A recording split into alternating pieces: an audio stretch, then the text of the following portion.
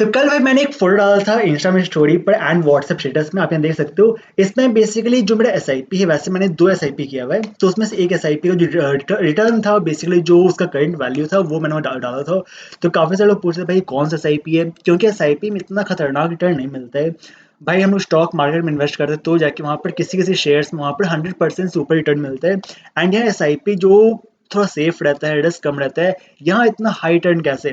तो काफी सारे लोगों को वही क्वेश्चन था भाई एसआईपी कौन सा एसआईपी है, हम लोग भी खुद से इसमें कैसे इन्वेस्ट कर सकते हैं, साथ में कितना टाइम के लिए। काफी काफी सारे लोगों का क्वेश्चन था कितने टाइम के लिए ये जो इन्वेस्टमेंट है वो कितने टाइम के लिए, कब से मैं इन्वेस्टमेंट कर रहा हूँ, एंड साथ में जब ये मैच्योर होगा तो उसमें जो वैल्यू मिलेगा वो कितना मिलेगा। ठीक है, तो मैं आपको डिटेल में सब कुछ बताऊंगा। सबसे पहले बात करते हैं भाई एसआईपी होता है क्या है। तो एसआईपी बेसिकली जैसे आपको पर मंथ एक सर्टेन अमाउंट जो होता है वो इन्वेस्टमेंट करना होता है।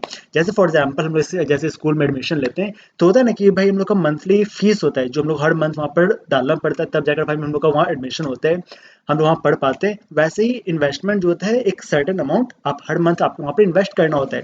स्टॉक मार्केट में ऐसा नहीं होता है। स्टॉक मार्केट में क्या होता है, स्टॉक मार्केट में आपको जब मन है आप तब वहाँ पर इन्वेस्ट कर सकते हो, जितना आपको शेयर्स परचेज करने में आप वो परचेज कर सकते हो, एंड जब सेल करने में वो कर सकते हो। ठीक है, बट एसआईपी में थोड़ा सा ये दिक्कत होता है कि भाई आप जब तब सेल नहीं कर सकते हो। हाँ, उसमें भी टर्म्स एंड कंडीशन रहता है। मेरे मेरा जो एसआईपी है उसमें क्या टर्म्स एंड कंडीशन वो मैं आपको बता दूंगा, एंड कितने टाइम के लिए वो मैं आपको बताऊंगा। ठीक है, सबसे पहले हम बात करते हैं ये जो आप यहाँ देख रहे हो, मेरा जो इन्वेस्टमेंट इसमें कितना है, 3000 मंथली है।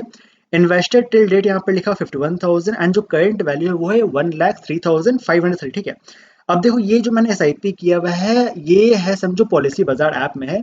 पॉलिसी बाजार आप सुने होंगे, से काफी सारे एड्स आता है। तो पॉलिसी बाजार में वहां पर काफी सारा पॉलिसी होता है, आप वहाँ पर इन्वेस्ट कर सकते हो। तो यहाँ मैंने जो इन्वेस्टमेंट किया देखो मैं सबसे पहले बता देता हूँ, ये बस मैं अपना शेयर कर रहा हूँ जिसमें मैंने इन्वेस्टमेंट किया हुआ है। मैं किसी को ऐसे रिकमेंड नहीं कर रहा हूँ भाई आपको इन्वेस्टमेंट करना है, मैं किसी को बता नहीं रहा हूँ क्योंकि भाई ये सब में काफ़ी स्ट्राइक आ जाता है।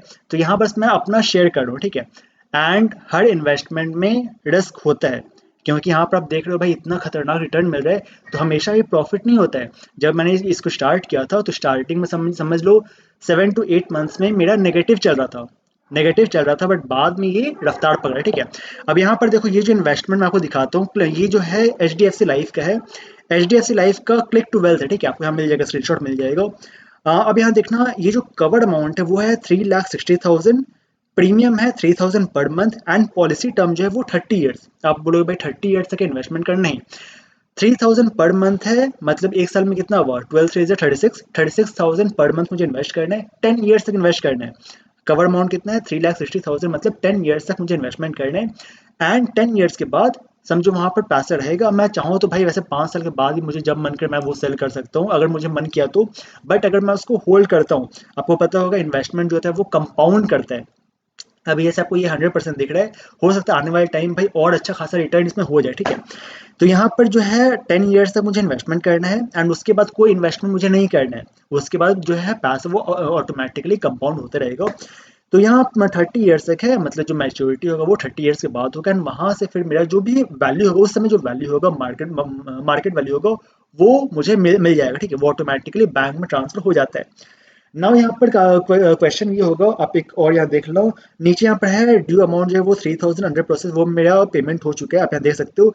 You have successfully paid 3,000 on 15 जनवरी। मैं भाई एडवांस में पेमेंट करता हूँ, अपना प्रीमियम जो है जो भी मेरा होता है मैं वो पेमेंट करता हूँ। ठीक है, अब यहाँ पर है बेसिकली है क्या, क्वेश्चन होगा भाई ये जो 30 ईयर्स तक है इसमें मिलेगा कितना। तो देखो सब कोई ऐसा गारंटी नहीं होता कि भाई कितना मिलेगा, क्योंकि मार्केट पर डिपेंड करता है, मार्केट जैसा परफॉर्म करेगा उसके अकॉर्डिंग मिलेगा। ठीक है, बट अगर ऐसे रफ फिगर बात करते हैं तो 3,60,000 में इन्वेस्टमेंट हुआ 10 ईयर्स तक, लेकिन ये कंपाउंड करता है। वो पता होगा जो इन्वेस्टमेंट होता है जितना लंबे टाइम के लिए होगा उतना स्पीड से वो कंपाउंड करता है, उतना बड़ा वैल्यू बन जाता है।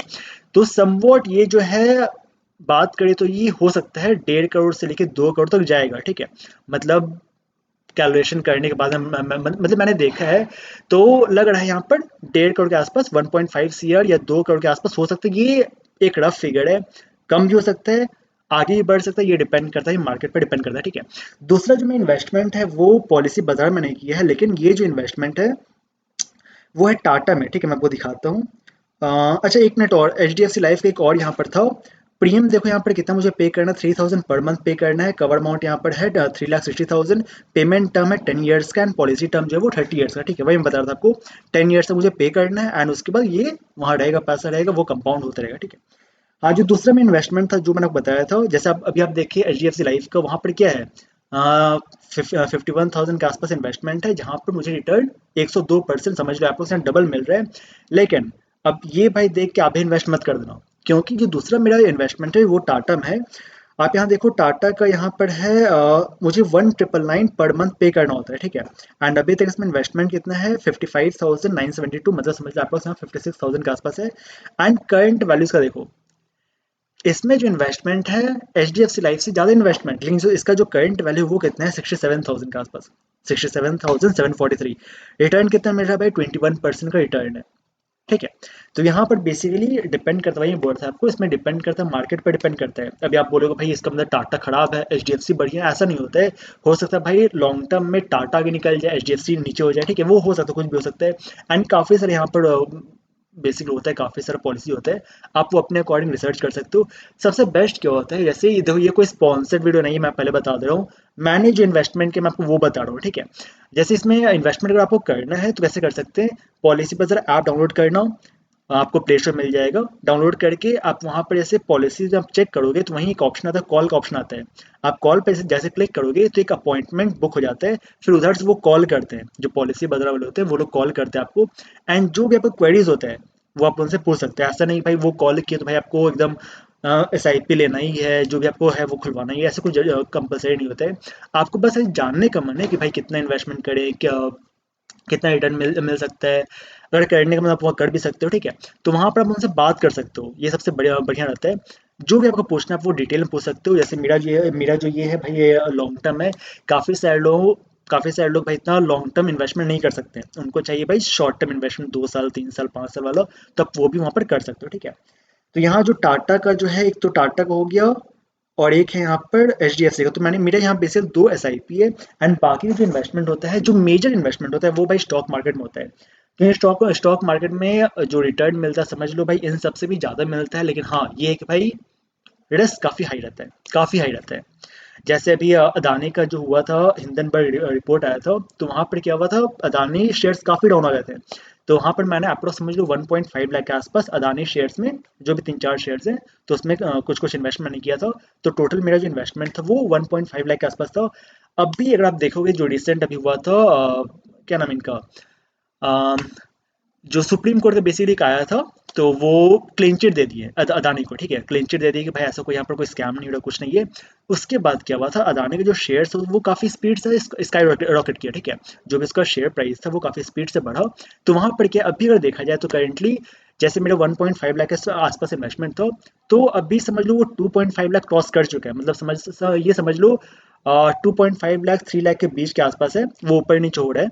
तो यहाँ पर बेसिकली आपको वो देखना पड़ेगा, स्टॉक मार्केट में रिस्क काफ़ी हाई रहता है, लेकिन वहाँ पर रिटर्न भी आपको हाई मिलता है। अगर आपको सही टाइम पे इन्वेस्टमेंट करते हो तो आपको वहाँ पर एक अच्छा रिटर्न मिल सकता है। लेकिन हाँ, अगर आपका रिस्क उतना नहीं है भाई, आप उतना रिस्क वो नहीं खेल सकते हो, या उतना आप वहाँ रिसर्च नहीं कर सकते हो, तो मैं बोलूँगा तो आप SIP करो, वो बेस्ट रहता है।